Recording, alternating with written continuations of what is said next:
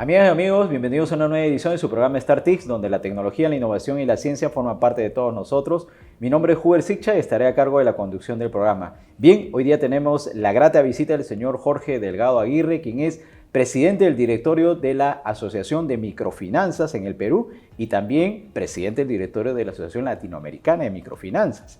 Jorge, bienvenido al programa. Más bien a ti, muchas gracias por la bienvenida y a tu disposición para poder atender cualquiera de tus preguntas o consultas en beneficio de tu público. Claro que sí, Jorge. Empecemos primero, o dos preguntas en uno, entendiendo primero de qué cosas son las microfinanzas, Jorge, porque acá existe una diferenciación a comparación de otros países, y a la vez cuál es la visión y los retos que tiene también la Asociación de Microfinanzas en el Perú, que tú presides, por supuesto. Coméntanos, por favor. A ver, yo antes que nada quisiera hacer un paréntesis porque siempre es bueno explicarle a la audiencia qué es el sistema financiero, porque muchas veces se confunde y se generaliza. Entonces, acá todo el mundo piensa que solamente existen los bancos. Exacto. Pero, sin embargo, existen también los bancos como otras entidades microfinancieras y así está regulado y está clasificado. Entonces existen bancos especializados en microfinanzas, que es distinto a un banco comercial. Hay financieras especializadas en microfinanzas como en consumo. Hay cajas rurales especializadas en microfinanzas consumo.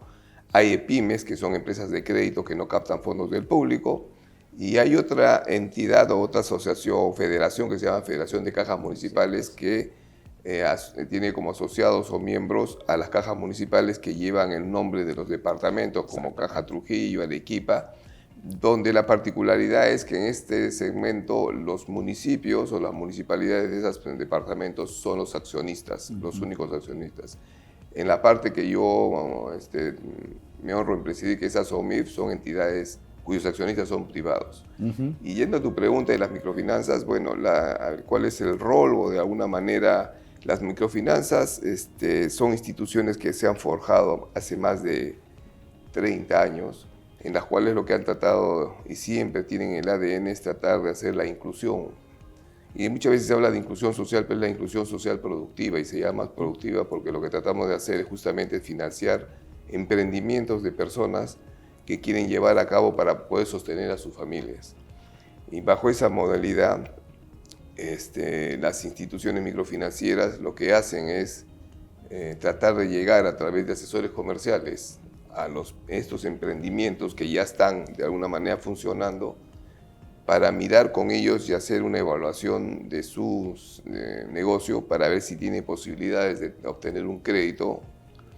Y sobre esa evaluación se construye, porque muchas veces no tiene facturas, no tiene información y la data es parte importante para poder gestionar la evaluación de un crédito. Entonces se construye conjuntamente con el emprendedor esta información de tal manera que de ahí se pueda visualizar cómo es la distribución que va a haber de los posibles flujos que pueda tener para capital de trabajo para comprar, como para atender también las necesidades de ingresos de su familia, hacer los pagos que corresponden familiares, porque al final de esos ingresos salen eso. Entonces las instituciones tenemos unas fuerzas de venta bastante importantes porque acudimos a los negocios a atender esas solicitudes y adicionalmente cuando alguien quiere un emprendimiento y viene a nuestras instituciones, lo que hace es trabajar de la misma manera y tratar de elaborar algo sobre que no hay información, que son como unos balances que permitan generar ver cómo hacer esos ingresos, si es viable o no. Claro. Ese es un poco el desarrollo que hacen las microfinanzas hoy día en el Perú y ese es su ADN, ¿no? Excelente, Jorge. Has hecho una diferenciación muy importante de cómo está clasificado las diferentes entidades financieras en el Perú, que es importante. Es diferente, por ejemplo, con Ecuador, ¿no? Hay bancos grandes, medianos, pequeños, cooperativas. Acá existen diversidad de instituciones microfinancieras o financieras. Y a la vez has mencionado un término muy importante, la inclusión, que nosotros conocemos como la inclusión financiera, y esto está en función a la productividad que tú acabas de describirnos. En ese sentido, entiendo que los modelos de negocio que tienen las microfinancieras como tal van evolucionando a favor, digamos, de mejorar un poco su cartera de clientes y mejorar la calidad de vida también de sus clientes, accediéndolos justamente o incluyéndolos financieramente a un sistema financiero que les permita a ellos salir adelante. En ese sentido, ¿cómo la Asociación de Microfinanzas ayuda a fortalecer, digamos, esta inclusión financiera de la cual, como tú bien has dicho, se habla ya hace algunas décadas, ¿no? Así es. Bueno, lo que hace la asociación básicamente es poder generar espacios para que haya mayor inclusión. Y cuando digo espacios es trabajar con el Congreso, con el Poder Ejecutivo, con la Superintendencia, el Banco Central de Reserva, para ir mirando justamente aquellos obstáculos que no permiten seguir haciendo más inclusión. Por ejemplo, hoy día tenemos que la pobreza se ha incrementado. Exactamente. Entonces, al incrementarse la pobreza, ese es un indicador que más o menos nos da que hay un mayor espacio, que van a haber mayores emprendimientos de las personas, tanto aquellos que están vulnerables en el tema de la pobreza, como aquellas personas que se han quedado sin trabajo, como chicos o alumnos que terminan el colegio o la universidad y no tienen dónde acudir para obtener un puesto de trabajo formal. Entonces, lo primero que miran y hacen es ver si hay una forma de un emprendimiento.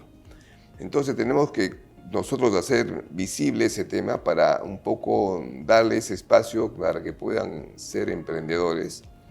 Pero al final de cuentas tenemos también obstáculos, y esos obstáculos es, por ejemplo, los proyectos de ley que genera el Congreso, Claro. como la ley de control de tasas, que a pesar de haber mencionado de diferentes maneras a las comisiones de Codeco, que es consumidor, se aprobó esa ley, y diciéndole los impactos negativos que iban a tener, y lo que se ha generado ahora después de 2 años es que ha habido ese impacto real negativo, porque lo que promovió fue el gota a gota, los préstamos famosos que hoy día vemos en televisión, que extorsionan, matan, etcétera, etcétera. Entonces, no se pensó, o no se quiere pensar, no se quiere escuchar a las instituciones que realmente conocen el día a día de los emprendimientos. Y Jorge, has mencionado un punto muy importante, la regulación, que a veces la regulación que existe dentro de las grandes corporaciones, vemos los bancos, golpean también a las regulaciones. Es la misma regulación dentro de las microfinancieras.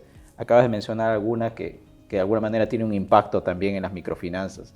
En ese sentido, habrá que, a ver, entre comillas, decir, algunas aceptar porque han ayudado a la competitividad de cada una de las microfinancieras, porque en algún momento hemos sido, o por varios años consecutivos, ejemplo dentro de las microfinanzas a nivel de América Latina, por las buenas prácticas que tenemos a nivel de negocio y también de la regulación, pero hay otras en las que no podemos acceder, como es las que están mencionando. En ese sentido, ¿cómo encontramos un equilibrio ahí entre la regulación y la supervisión que pueden tener las microfinancieras? Jorge, ¿cuál es tu opinión, por favor? Y el tema regulatorio es muy claro, y creo que somos un país donde la regulación es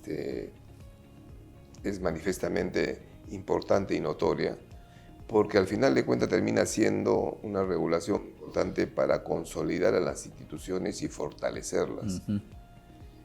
A lo que yo me refería en el otro tema es con esta ley de control de tasas, son proyectos de ley que lo hizo el Congreso, que va en contraposición a lo que está regulado, porque se convierten en medidas populistas que creen que, ¿cómo se llama?, con eso van a permitir mayor acceso a las personas.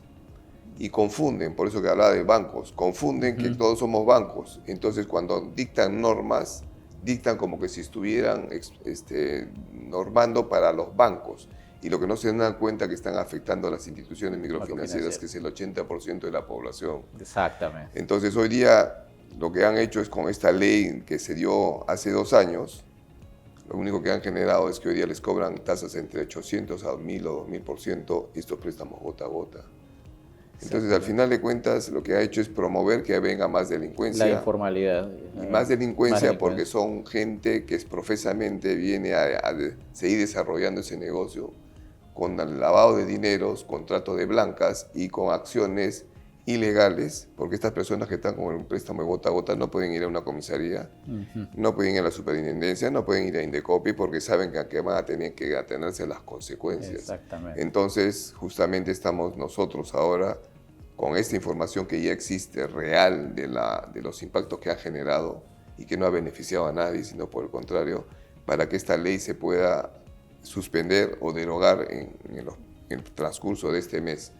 ¿Para qué? Para beneficio de las personas, porque cuando se dio esta ley lo que ha hecho es excluir más personas, porque cuando yo te mencionaba que una persona que quiere generar un emprendimiento, no tiene data, no tiene información, no paga impuestos, no hay nada. Claro. Simplemente tiene en su mente un proyecto para poder desarrollarlo. Entonces, nosotros lo que hacemos es nos juntamos con esa persona para mirar más o menos qué cosa es lo que tiene, se traduzca en números, y esos números para ver si va a ser viable o no. Tenga un flujo. Pero eso tiene un costo, porque es un riesgo bastante alto.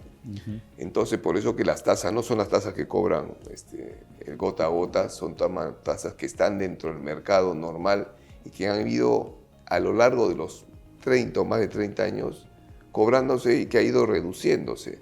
Porque esas tasas de interés a las cuales aplica un emprendedor inicial, como no tiene data histórica, son tasas de interés que en la medida que él comienza a mostrar su récord crediticio, al final otras instituciones microfinancieras van a ver que su comportamiento en 6 meses, 8 meses es normal y paga puntualmente. Entonces van a tratar de invitarlo a su institución comprándole la deuda a una tasa menor. Entonces poco a poco se va reduciendo, pero en base a un comportamiento y récord crediticio. Saludable. Además que esas tasas están reguladas por el BCR, están dentro de un parámetro, ¿no?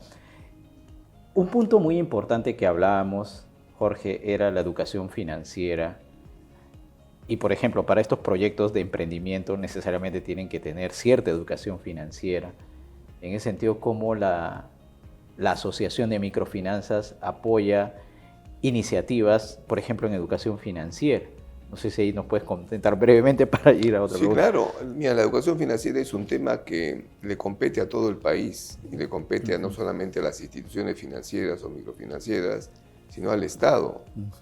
Porque ese es un tema que se tiene que tener desde la educación inicial, que son los colegios, las que ya pasan a las universidades. El tema está que nosotros venimos haciendo hoy día, tenemos un convenio con la Asociación de Bancos, con la Federación de Cajas Municipales y con la FENACRE, que es la Federación de Cooperativas. Y la idea es que justamente al tener ese convenio como educación financiera, vamos con un mismo lenguaje y un mismo concepto.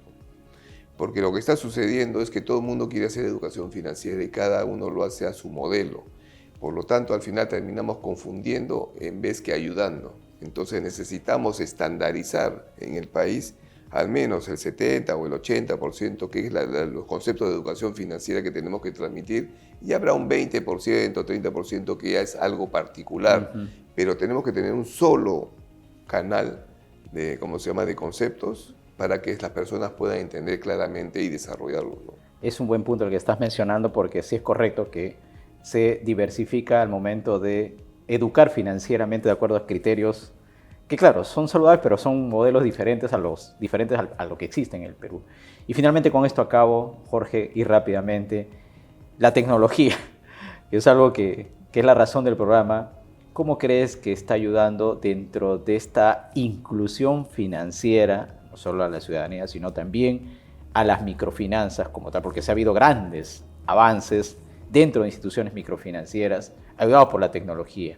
¿Qué crees que es lo que puede seguir más adelante, o qué crees que es lo que debemos tener cuidado también con la tecnología, desde tu punto de vista, por favor? Mira, la tecnología es un tema sumamente importante que va a acompañar a las entidades microfinancieras y a los emprendedores. Lo que hay que mirar básicamente es el tema, en qué proporciones se va avanzando en este tema. Porque hay inclusión transaccional, que es distinto a tener una libreta de ahorros, sacar y poner, y otras evaluaciones de crédito. Exacto. Otras son seguros. Entonces, lo importante acá es que la tecnología, por ejemplo, para un cliente que ya está en una institución, que ya tenemos un récord crediticio, de una manera u otra ayuda a enviarle, prospecto de nuevo crédito tecnológicamente, porque hemos podido hacer un scoring, y ese scoring te permite visualizar que el cliente te puede dar un crédito y no hay necesidad de visitarlo. Pero cuando pide una ampliación, sí necesitamos ir a visitar, porque es un crédito de un porte mayor y hay que revisar cómo están las condiciones para darle. Si son créditos más pequeños, por decirte un ejemplo, 200, 300 soles, que los riesgos pueden ser altos, pero el monto es menor, se puede generar como una fábrica de procesos a través de la tecnología, de evaluar a través de scoring y ciertas calificaciones y ponderaciones, y por lo cual puede permitir. Pero esto va a seguir siendo un mix entre tecnología y presencial. y eso va a ir agotando. Pero para eso también lo que es importante no es lo que no solamente nosotros entendemos, y creo que tú también conoces el tema tecnológico, ¿no? Sino que el Estado y los congresistas sepan sobre el particular, porque en las últimas normas hay una ley que quieren sacar un proyecto de ley sobre la eliminación de la comisión interbancaria. Entonces, lo que no saben es que la comisión interbancaria es una comisión que se cobra a partir de 500 soles hacia arriba. Las operaciones de menos de 500 soles no se cobran. Esta es una cámara privada que permite que se interactúen, estén interoperables entre bancos, cajas financieras, etcétera, y que una persona pueda trasladar al otro lado. Exacto. Menos de 500 soles es gratis. Imagínate que el número de operaciones que se han hecho a través de esta cámara de compensación electrónica el año pasado ha sido como 151 millones, y de los cuales 112 millones, casi el 75%, son menos de 500 soles. Sí. Entonces, a quien va a perjudicar es a los emprendedores, porque son aquellos que tienen que hacer sus transacciones en su negocio menos de 500 soles a sus proveedores. De no existir, porque quien está subsidiando de alguna manera esas 500 soles gratis son los que pagan de 500 para arriba. Exacto. Entonces subsidian y generan que la innovación y el mantenimiento y la tecnología siga creciendo. Si esto se elimina, vamos a tener un problema que vamos a regresar a tiempos de antaño, donde tienes que ir al banco a sacar la plata, ir a otro banco y depositarla. Y el riesgo de trasladar el dinero en efectivo. Y vas a generar otro impacto negativo de inseguridad. Okay. Y que las personas no puedan estar en su negocio vendiendo, por lo tanto van a tener un problema de flujo de ingresos, porque tienen que estar atendiendo sus operaciones financieras en el sistema. Muy bien. Jorge, sin duda es un tema bien largo para poder conversar acerca de las microfinanzas, pero el tiempo nos ha quedado muy corto en realidad, y te agradezco la presencia acá. Muchísimas gracias, Jorge. No, a ustedes. Muy bien, ha sido el señor Jorge Delgado Aguirre, presidente del directorio de la Asociación de Microfinanzas en el Perú. Tras la pausa regresamos con el siguiente invitado. Muchas gracias.